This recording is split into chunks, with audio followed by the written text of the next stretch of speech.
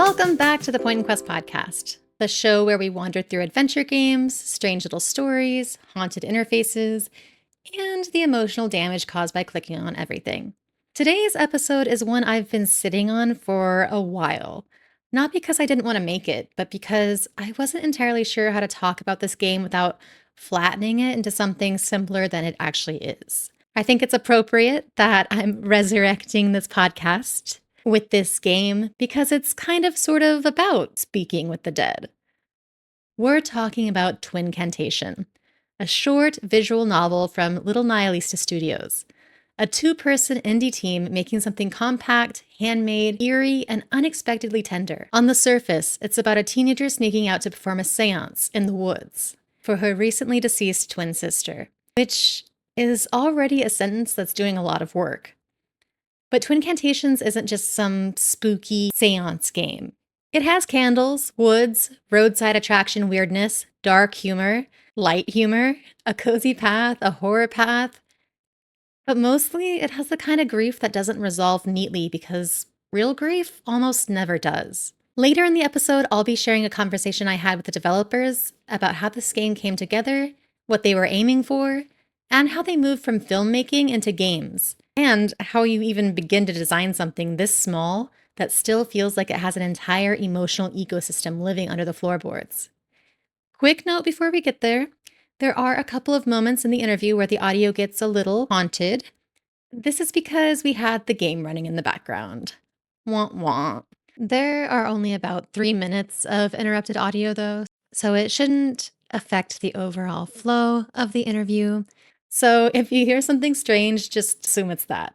But like I said before we get into the interview, I want to talk about the game itself, because there's a particular kind of grief that doesn't announce itself loudly.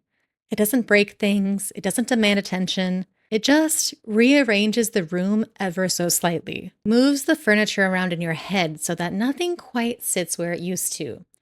You still recognize the space, you still move through it, but something's just off and you can't always explain why. That's the space I think Twincantation occupies. Not grief as a spectacle, not grief as one clean dramatic moment, grief as revision, grief as negotiation, grief as the ongoing argument between what happened, what you wish had happened, and what you're willing to believe happened just to make it through the day. At its core, this game is about trying to speak to someone who's no longer there. Your twin sister's gone. That's the fact the game gives you early on, the fixed point. Everything else, you're given how you understand that loss, simply good how you approach evil or right versus wrong. The mythology of the town and everything in it is where the game really opens up of grief. And it opens up in a very specific way, reflective, careful. It feels like sitting with something, letting it exist without forcing it to resolve. There's a softness to it. Not because it's easy necessarily, but because it allows space. It doesn't try to control the outcome. It doesn't try to wring meaning out of the loss too quickly. It doesn't try to wring meaning out of the loss too quickly. The other path is not that. It's sharper, stranger, more deliberate, and honestly a little dangerous, or a lot dangerous, depending which route you choose. It feels like trying to do something with grief, to act on it, to push through it, to reach across that distance between the living and the dead and insist, really insist, that there is still a connection there. That maybe if you find the right method, the right ritual, the right words, you can bring something back. And the game never tells you which one is correct, because both of them are. Both of them are real.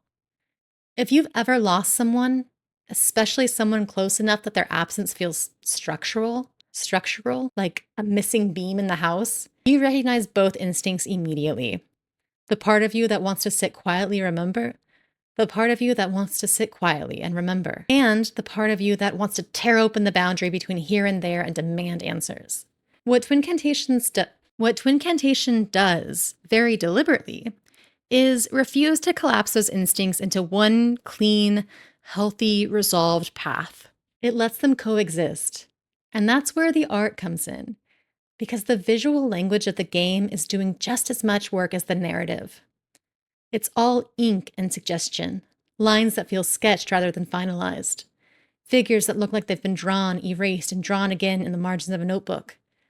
It's very Edward Gorey adjacent, but filtered through something more private, more immediate, less like a finished illustration and more like something you weren't necessarily meant to see. Something like in a dream, like notes, like a spell, like someone working something out in real time. And that matters because the game itself doesn't feel like a definitive account. It doesn't feel like the story. It feels like a version of the story. Maybe two versions, maybe more. Memory, after all, is not a stable medium. It shifts, it edits, it protects you sometimes, it betrays you at others. So when Twincantations presents you with these two paths, this soft, reflective approach and this more dangerous, insistent one, it isn't giving you a gameplay choice. It's just asking you a question. What do you choose to do with your grief? Do you sit with it, let it remain incomplete, unresolved, and still meaningful? Or do you transform it, act on it, push it into something that feels like meaning, even if the process risks distorting what actually happened? There's no clean answer here, and the game knows that, which is why it never gives you an easy satisfaction of resolution. There's no moment where everything just clicks into place and you understand exactly what your sister would have said, or what you're supposed to do next, or how to feel. Her death kind of remains a mystery, and instead you're left with something much more honest. Different interpretations, different emotional truths, and the uncomfortable realization that they don't cancel each other out. They sit there, coexist together. Now, I understand that podcasts are meant to be an audio platform, and I am trying to stay more in that lane, but I did really want to give you a sneak peek at the game's art. So there's kind of a montage style in the beginning, if you're watching on YouTube. If you're not, you should just go play the game and check it out yourself. So today I'm talking with Danny and Jeremy of Little Nihilista Studios about grief, horror, handmade art, filmmaking, sound design, roadside weirdness, and what happens when a 10-minute séance story grows teeth. Oh, and consider this your spoiler warning because apparently I just can't help myself. I get into spoilers within the first minute of the interview. So if you have any interest in maintaining the mystery of this game, please go check it out on Steam before you listen to this interview. I'm here with Danny and Jeremy of Little Nihilista Studios or Little Nihilista Games. Thank you both for coming on my little podcast. I really, really liked Twincantation a lot. I think I have 3 hours on the game now. It's one of those little games that definitely stays with you, lingers in your mind a little bit. I guess before we dig into anything too deep or thematic, how would you, to a player that's unfamiliar, how would you describe Twincantations in 1 to 2 sentences? Well, hopefully they are familiar with visual novels. I wasn't before Twincantation, but I'd say it's a visual novel where you play a teenager sneaking out to have a séance for your deceased twin, as short as possible, I guess. It's always tough because, you have the option to choose a cozy path or a horror path, and that's probably like the biggest hook that we have. Right. I didn't realize how how different those paths were when I first played, because I played like the cozy, I guess, like more empathetic, safer route. And I went back to play the other route and I was like, oh, I didn't expect to like die or get possessed or anything. So that was a surprise. It's a surprise for me too, actually. Oh, really? I was, Danny did the story and a lot of the programming, and the whole concept was her. So when I began doing like a little bit of sound design and then the music, I was seeing a lot of that stuff for the first time, and it was, I was like, oh, wow, okay, cool. Awesome. But it all went together really cohesively, like the sound design, the art style. One of the things that really struck with me while playing is the emotional texture. Y'all fit into such a compact story. Like it's a very short story, but it covers grief, adolescence, ritual, supernatural, even kind of like colonization, a little bit too with the sisters. When you look at the themes of the game, what themes do you feel end up defining it? And what were you surprised? Were you surprised with anything that the game like turned into as you were writing it or creating it? Or did you have this thought like fully formed? So the story for the game actually came from like an old story that I had. I had this old pilot that I had written that never went anywhere. And I wanted to learn gaming format because this is like brand new for us. Obviously, this is our first game. And I wanted to make it sort of like a short film. We're previously filmmakers. And so that's kind of what we know best. And so I thought, I want to make a short game and kind of test this out. And so I was trying to basically do like a 10-minute game that was like a short. It was like these kids having a séance, and that's sort of it. But then as I got into it, I realized, well, there's all of this mythology and all of this lore with this longer story. And you kind of have to have that for this to like feel like anything specific. Yeah. And so it ended up, it's like an hour. It's like an hour play. But I was aiming for like a 10-minute thing just to try to make a game. So the themes of grief, like obviously come out, I think, most pronounced. But in that, I think themes from a longer story kind of naturally go in there. And it's not a very straight answer to what you asked. No, that's great. Well, I'm wondering, what was it like to transition from filmmakers to like a different storytelling format? Like gaming is very immersive. So I'm wondering, how did you guys, like what made you think, I want to create a game? I mean, we both wanted to make games for a long time, but I think the thing that finally pushed us into trying it was I've been trying to direct my own feature for about 20 years, and it's just, not worked out time after time after time. And I just kind of got to the end of that route and was like, I just need to make something. And I just felt like with all the time that I've put into these movies that have not gone anywhere, if I just put some of that time into a game and see what we can make, that, it was really kind of an experiment. So a year ago, we tried to make a different game and realized we bit off too much. And it was going to be, Jeremy was going to do the programming and I was going to do the art and writing. And we have never done this before. With filmmaking, it was always, I was directing and writing, and he would do everything audio, like field recording and sound design and the music. And so we had like a natural flow for a long time with how we worked. And this was like brand new territory, and we didn't know what we were doing. So that kind of crashed and burned kind of quickly. Tough. It was tough. And then it was after, we were trying to make like a Night in the Woods kind of style game. Oh, much to learn. Yeah, exactly. I started off trying to learn Unity. That was too much for me. And then went to Game Maker Studio, and that was a little bit better, but there's still just too much. And then I started playing games after that, like Scarlet Hollow and like Milk Inside a Bag of Milk Inside a Bag of Milk. And I realized like, I could do that. That's like storyboard. But that's really good to catch like early on what works, what doesn't work, because a lot of the times, like I talk to some game devs, like a lot of like even just like indigenous game devs that are like, we bit off way more than we can chew. And now we made this thing and it's not great. And now like going forward, like that's going to be like the precedent for us. But I think that your mention of Night in the Woods was great because it did kind of evoke that with the paper cutout kind of like dreamy style of moving across the world. You spent time writing the mythology for a different project. How did this story come to be? Was it personal? It seems very personal and intimate, but also very like mythical and mystical in some other places.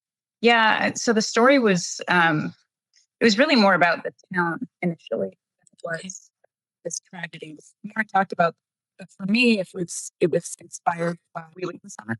And along the way, there are all these of tourist attractions, and there was a mystery house, and I was so enamored of it as a kid. Even that whole area just feels different. There's just like a different charge to it, and people make those statues, and so that's like a lot of where that. I was watching a lot of Twin Peaks. I started off with story, and like it was really awesome. Yeah, it definitely has like Twin Peaks vibes for sure. All right, so y'all are a couple in real life as well as partners. How long have you been working together? We met. I can let you answer some too, but I won't let you do that. We met in college, and then more than that. Yeah, so that's initially where I started doing short films, and at that time we started helping out people's short films for audio, recording set sound, and then doing music and scoring and stuff. I've been doing that for a while. So has that like helped with the creative process because Twincantation like feels very cohesive with the writing, the art, the music. Everything really feels like it's holding hands. And I'm guessing that's because you guys have worked together and it's like kind of a small project, but also just it's the two of you guys, right? Like there's not a whole like you're a two-person team. How did you when you sit down to start a project like this, how do you begin to sketch it out together? So I really took off with this one. After we had that bigger project that we tried to do, and we just couldn't find organization needed, I guess. I just wanted to see what I could do if I just went off. I was like, I started off thinking, I don't know. I've done an ounce of programming, but I immediately forgot, like there went and rails up there. Once I realized it could actually be a thing, but it's a Jeremy, but you want to be involved, you can get involved so you want from that. But I really wanted to take initiative and learn what I was actually doing and, be able to do something. So, and that's probably, How long from like start to finish has this taken when you decided to morph it into like the game? yeah. I mean, it was probably about 8 months of full-time work for me. I had just finished my last job. That's Probably. But And then maybe the last 3 months or so, like I was really, which first of all, the programming and makes it sound like it is very inspiring to see the art that she had done. And so she'd been showing me along the way. And so that was very inspirational to get me going and thinking about music and yeah. But it's a process that we've done many times. So usually I get inspired by whatever she does.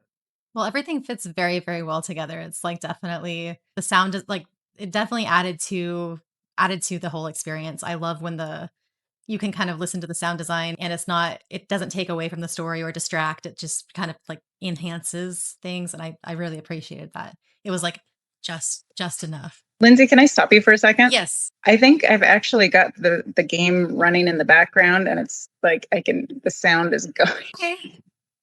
I totally thought that like for some reason I queued it up earlier and it was just running behind you the whole time. Not great for audio. I'm so sorry. Well, that's all right. That's all right.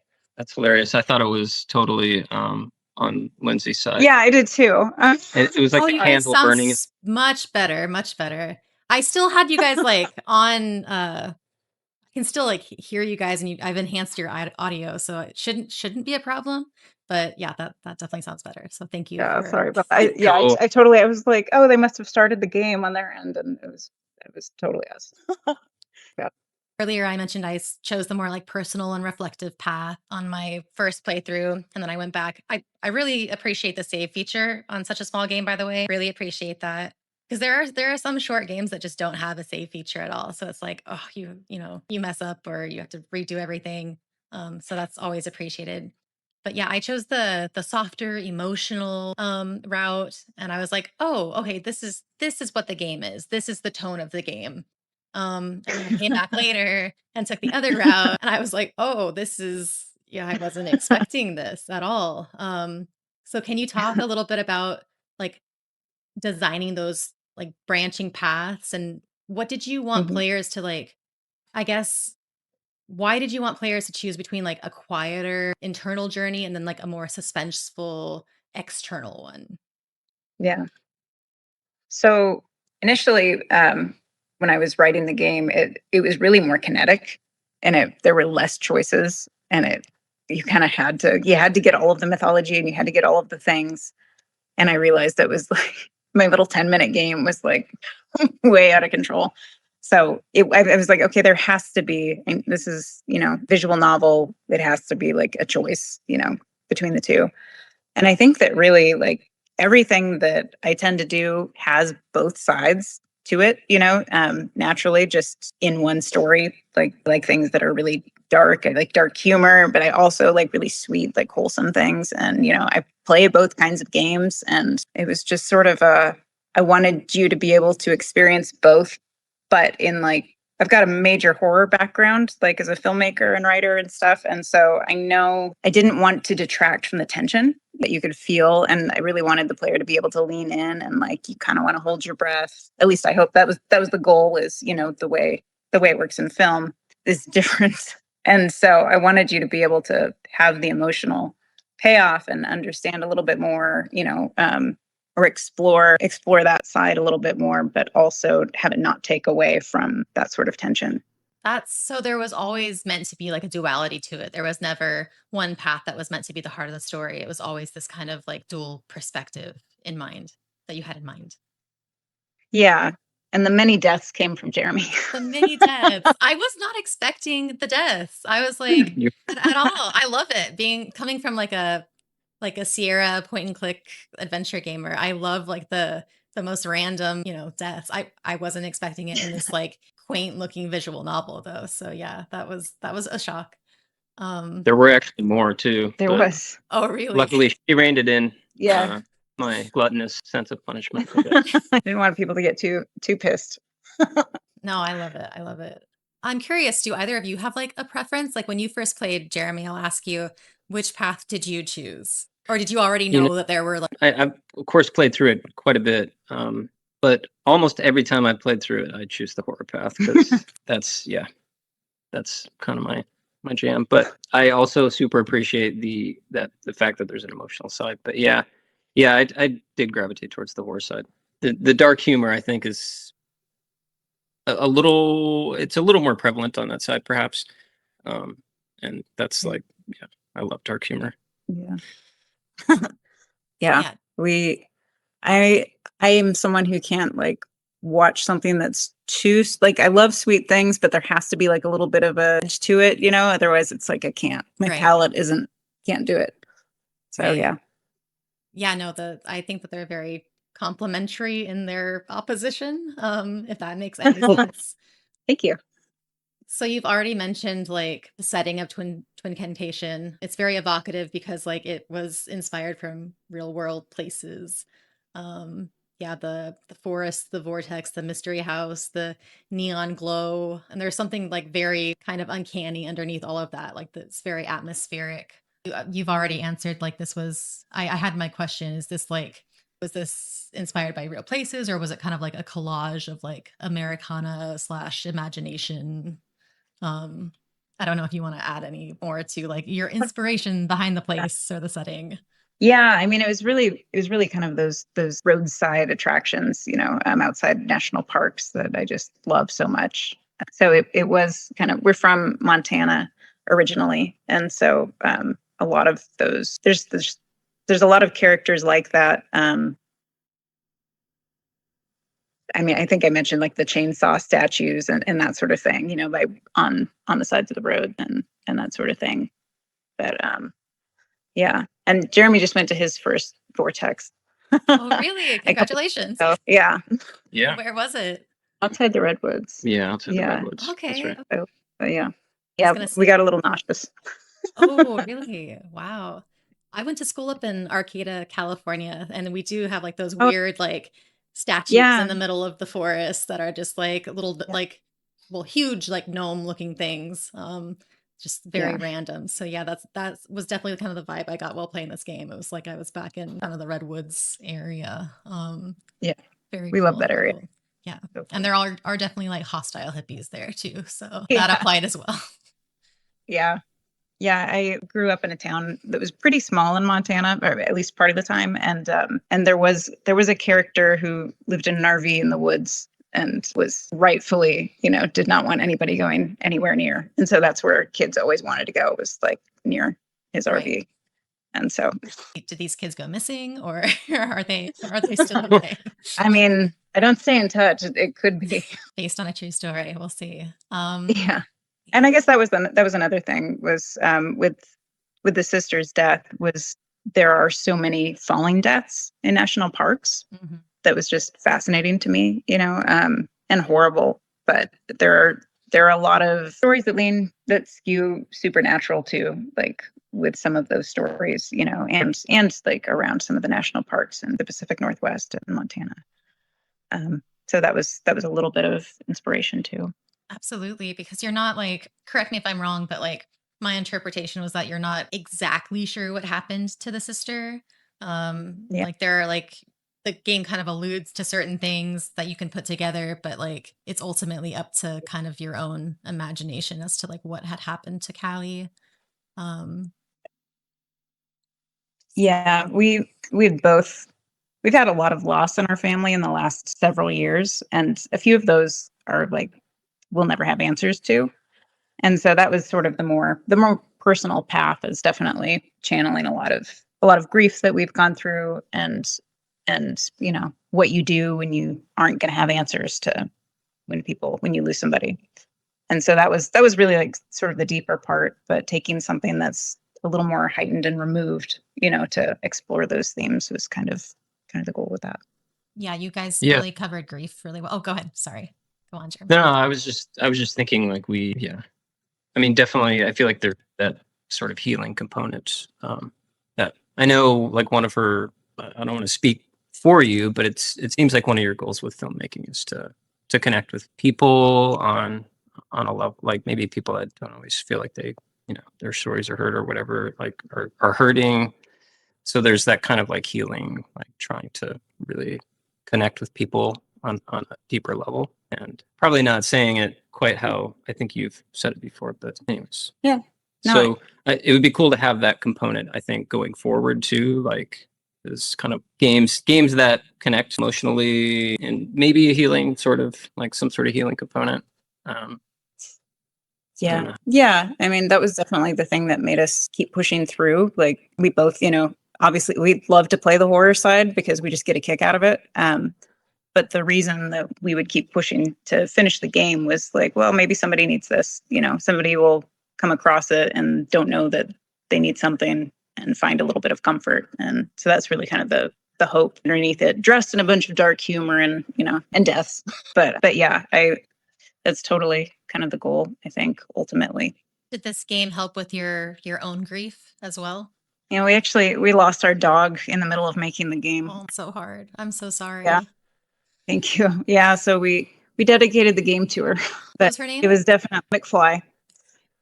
Yeah, she was a good girl. But She does make an appearance in the game, sound wise. Recording there is a little bit of her in the game. Oh, that's really cute.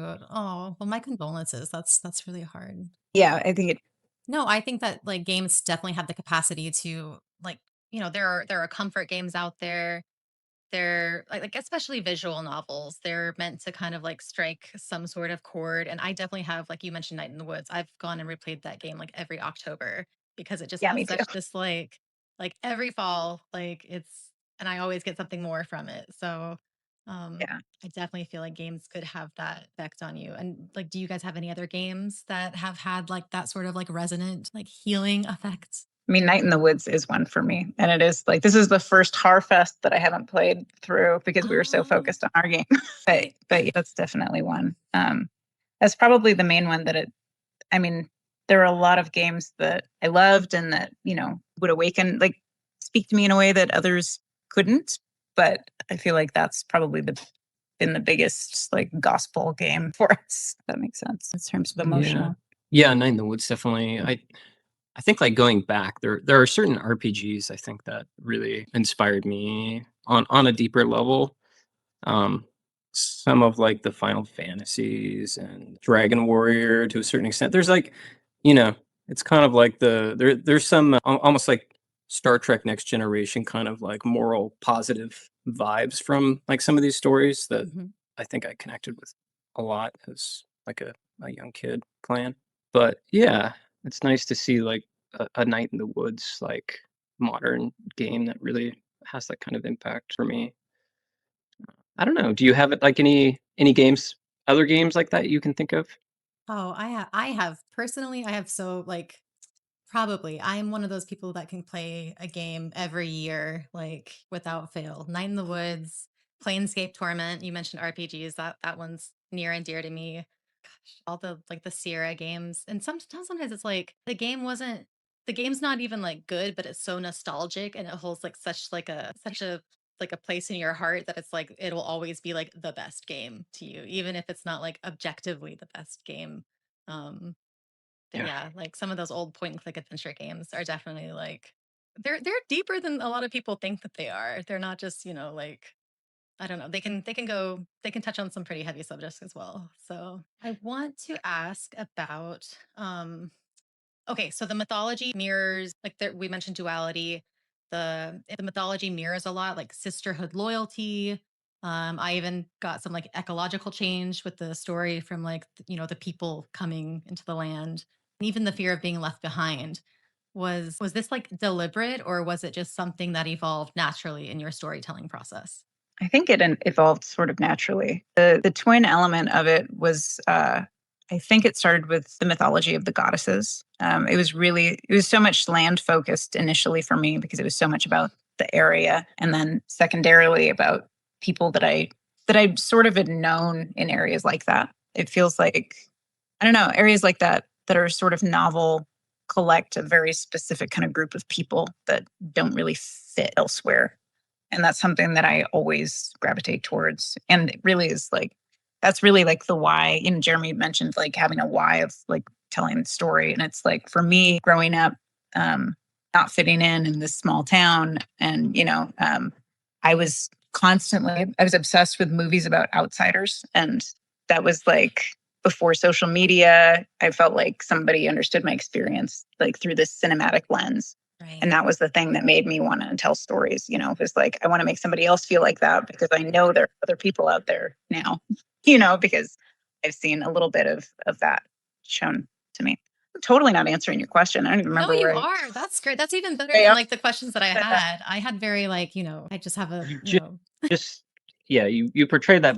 That's what I was trying to say, and you just said it very eloquently. yeah, you're very eloquent in your answers. Don't like, please. And if there's anything you want to mention, like just feel free. I have like a little open segment here, but I just want to touch on everything that I can possibly think of Yeah, while I have you guys here.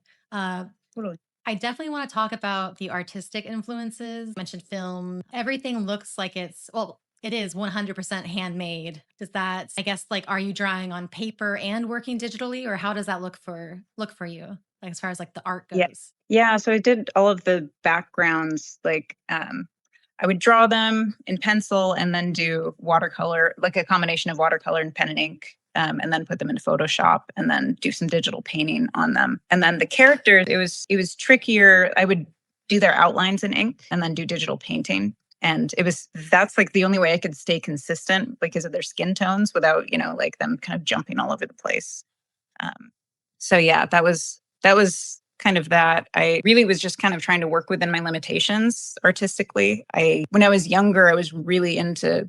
I thought I'd go to art school. Like I loved drawing. I spent hours just watching old movies and painting in my room, like thinking about like someday when I get out of this, town.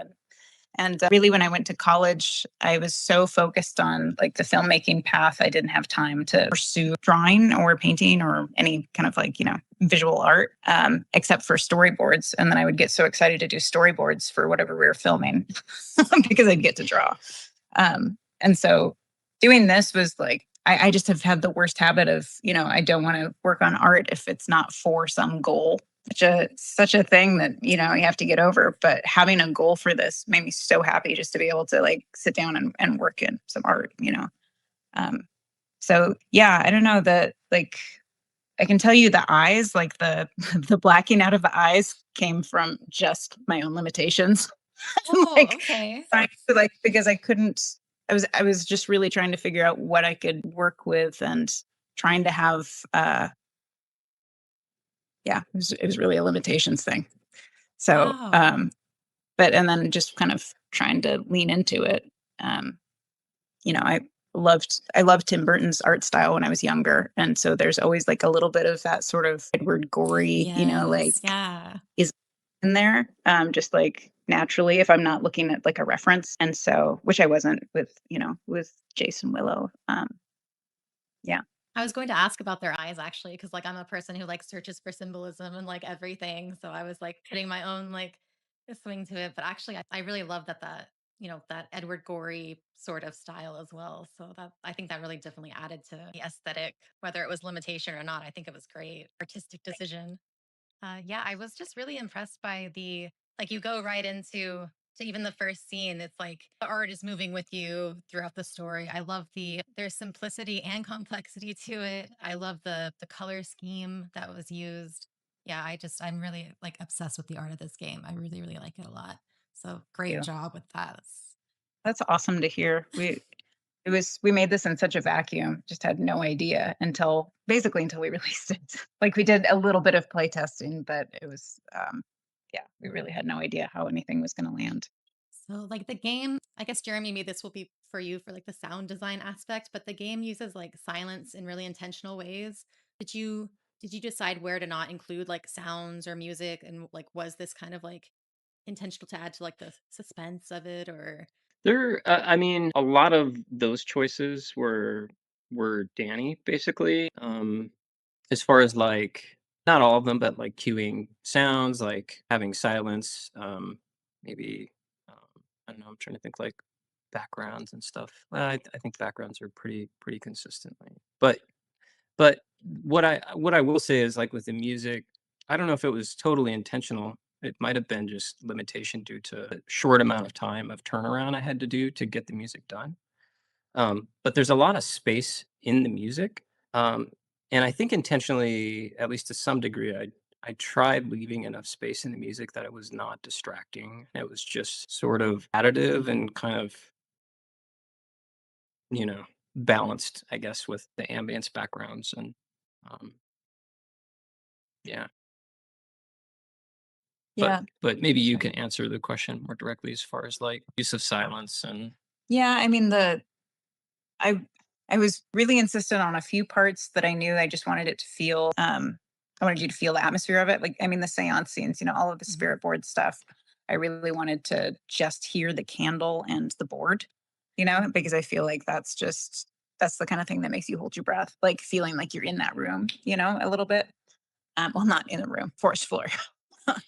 But yeah, Jeremy really there was a lot of sections where I'm like, I don't know what I want here. I mean, when they're like in the car, when they first pull up to the place, there's not a lot of movement happening. There's not a lot of like natural sounds to pull from.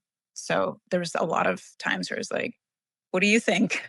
And Jeremy would ask what I wanted it to feel like, and kind of just go from there. And then he can write music so quickly. It's just like mind blowing to me. Just like pulls out these awesome tracks out of nowhere. We also had conversations about like I love games that you want to like leave on and like leave running in the Yeah, background. yeah. Like Strange Antiquities, I will just like leave on because I just love that atmosphere. And so we definitely have that goal a lot too, of wanting we leave a lot of games running. We've got like crazy like hour counts on all of our games because we just like to have them there. So it's definitely something that we like and want to provide for players too. yeah. I mean, I'm constantly listening to video game soundtracks at work that are like helping me, balance my mood for whatever coding or Right, whatever. right. Yeah. The very first I don't know if it's interesting or not, but that first scene in the car and as you're starting out the game, um there was like there's a little like track of music that's playing supposed to be playing like through the car stereo.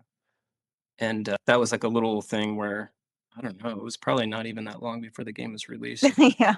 And we were like in my little studio area and I was like, "Oh man, it'd be really interesting to have like some music here for this like car just like coming out of the stereo." And then like so I like grabbed a guitar or something, I don't remember, and started like within 30 minutes like that track was and like that like that's like some of the short turnaround time for some of the stuff just trying to like, add stuff kind of towards the very end to do stuff. Make Yeah. Fill people out. Yeah. Definitely like flushes things out. Like Jason Willow are totally listening to music in the car. I wouldn't imagine it would be silent. So that's like those little extra things are great. Speaking of the characters, it's a very small cast of characters. Jason Willow again are kind of like opposites of each other, like Willow being the witchier one and Jace this like the skeptic. How did those characters emerge? Really selfishly, like just I feel like two opposing ends of myself. Okay. Oscillating between like the woo woo and like the very grounded, like no, I feel like I generally am more Jace, but am like down low Willow. No. So I don't know. I think having any sort of like spirituality today feels like it needs to be justified almost, And so I'm always constantly justifying myself to myself, even though to, to anybody else. So yeah, I don't know. And I love having the argument of two opposites for anything, kind of lean into the dual nature, like you had mentioned. And I always am like wanting to represent science as also having heart and belief and not being cold and calculating. You know what I mean? Like Absolutely. wanting to bridge those two things in stories. So I've got a few other stories where, there's definitely like skeptic and believer, but finding this sort of happy middle ground and having science with heart and, all of that. I don't know if that answers. Absolutely. So I wasn't sure if I should turn on more light because Yeah, it's starting to get dark. I don't know if it's helpful for you, but if it's bothering you, whatever could. your preference is, yeah. Yeah, there we go. okay, it's daytime again. So I guess like I'm kind of like on last few questions, but what is next for Little Nihilista Studios? And I hope I'm pronouncing everything correctly. Please correct me if Yeah. I'm not. Are you thinking about expanding this world or wandering off to something completely different? Like what's next for y'all? Well, we have started working on the next thing. We probably don't want to talk too much about this. It's very early stages, but we want to take everything that we learned from Twincantation and build on it. So we don't want to go, we don't want like scope creep or anything to get too big, but definitely are making something that's along these lines in terms of format that has more art and more sound and a little bit more of everything now that we know kind of the process a little bit more and what to expect and some of the pitfalls and all of that. So we could probably say that it's more festive and spicier. Oh, festive and spicy. Okay, those are intriguing. Yeah. Very intriguing. Well, that's great. I'm glad to hear that you guys are continuing on with making games. Thank you. I'd like to give you the floor before we wrap up. Is there anything that you haven't gotten to talk about yet that you really like want out there in the world, or that you want people to know, or that you wish more people noticed or talked about, or just anything you can think of? You look like you have something, Jeremy. That might be my default face, but yeah, I don't know. I think we obviously had to work within many limitations for this game, as I think you should be doing for any game, probably that is made, With or two people. with Yeah. especially with a small team. She's kind of the opposite of me, in that I would probably keep working on a game, trying to like I don't know perfect it for 10 years for a very simple like my brain is very into like optimization and perfection, even though that's like not a great thing always. And so it was cool to actually just kind of come in towards the back half of this and work on the sound, work on the music, which are two things that I really love. And then figure out like, okay, now that it's done, like how do we get it on Steam? Like how do we do the play testing? Like go through everything that you have to go through to make the first game and get that experience and kind of level up. And I know she had even a lot more, but we definitely had like people on YouTube that have kind of come before us and shared their game making experience that was really helpful and is still really helpful. Like we still listen to a lot of those game devs and are grateful. Like we live in a world of podcasts that Mhm. are, there are many things you could argue that are tough about the modern life that are maybe not so good. But we have podcasts, we have stories and movies, and yeah. So I think for Twincantation, like I still would like to do a little bit of LC stuff, not so much with like maybe extending the story because that would be her, but like maybe adding different language formats. Yeah. And like being like Core City bug fixes, and then there's some features that I'm hoping to probably will be used for the next game, but like I'm working on like more sort of like chance type audio and dialogue options so that each playthrough becomes a little bit more like it's different. It's not always going to be the same. You're going to get different things. So hopefully, yeah, moving forward, um, yeah, I'm looking forward to like keep trying new things for the next one. Yeah.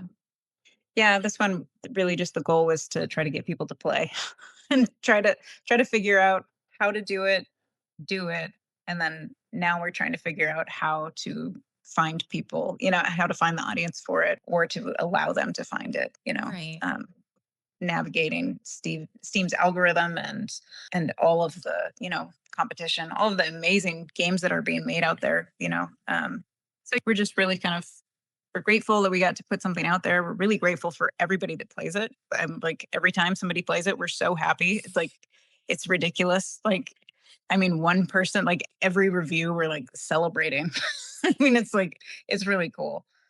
So yeah, we're just really grateful. And we're really grateful that you played it and that you enjoyed it. And thank you so much for inviting us to talk about it. Oh no, I'm super happy to have you Wow. guys talk about it. I love the game, love the art style, the music. It's great. I'm gonna go back and replay it probably frequently. It'll be my Yay. November game, probably something in the fall. That's So where can people find you guys? I know you're on Instagram, Steam. Are you on itch.io? No, Okay. no, TBD Okay. about Yeah. that. But yeah. So far it's just Instagram and Steam. Okay. No But- TikTok or any Instagram. Instagram is where to find you, and Steam. Okay. I'll be sure to have that in the show notes for sure. Cool. Well, thank you guys so much for coming on. I'm sorry if it went a little bit over thank you. the time I had. I really enjoyed speaking with you guys and hearing the process. Likewise, thank you so much for having us. It means a lot. So we No. were really excited. No, thank you guys. And- Oh, go ahead. Yeah, I was going to say you've inspired us to look at King's Quest. I saw that you had some King's Quest stuff on your podcast. So Look at the King's Quest 6 is the only one that's like, if you're starting That's- anywhere, start with that one. Okay. okay. Good to For know. We sure, for definitely sure. will be. Yay. Awesome. Cool. Well, thanks, guys. Thanks again. Have a great night. Yeah, you too. All right. Thank You you. as well. Bye. Bye. And that was Twincantation, a game that might only take you 10 minutes or 2 hours to finish, which honestly feels pretty fitting because grief rarely shows up on a schedule. Sometimes it hits you all at once. Sometimes it sneaks up on you in the woods with candles, questionable decision-making, and apparently a séance.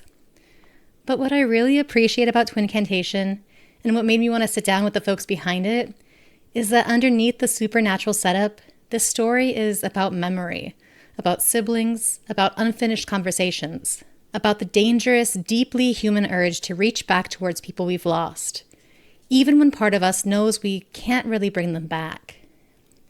And I want to give a huge thank you to Little Nihilista Studios for taking the time to chat with me, for sharing a little bit of their creative process, and for making something that feels handmade in the best possible way. Personal, weird, intimate, and just unsettling enough to make me check whether the spooky audio in my headphones was coming from the game or my own recording. If you enjoyed this episode, please do me a favor. Go check out Twincantation on Steam. Seriously, do it now. I'll wait. Wishlist it, play both paths, support weird little indie games with something to say. Good news, it goes on sale pretty often, so you really don't have much of an excuse. If you enjoyed this episode of the Point and Quest podcast, subscribe if you want to, leave a review if that's your thing, or send it to a friend who still misses old adventure games, weird internet stories, or making terrible choices in fictional forests. I'm Lindsay, and as always, thanks for wandering with me. And until next time, don't ask the Ouija board questions you aren't ready to answer.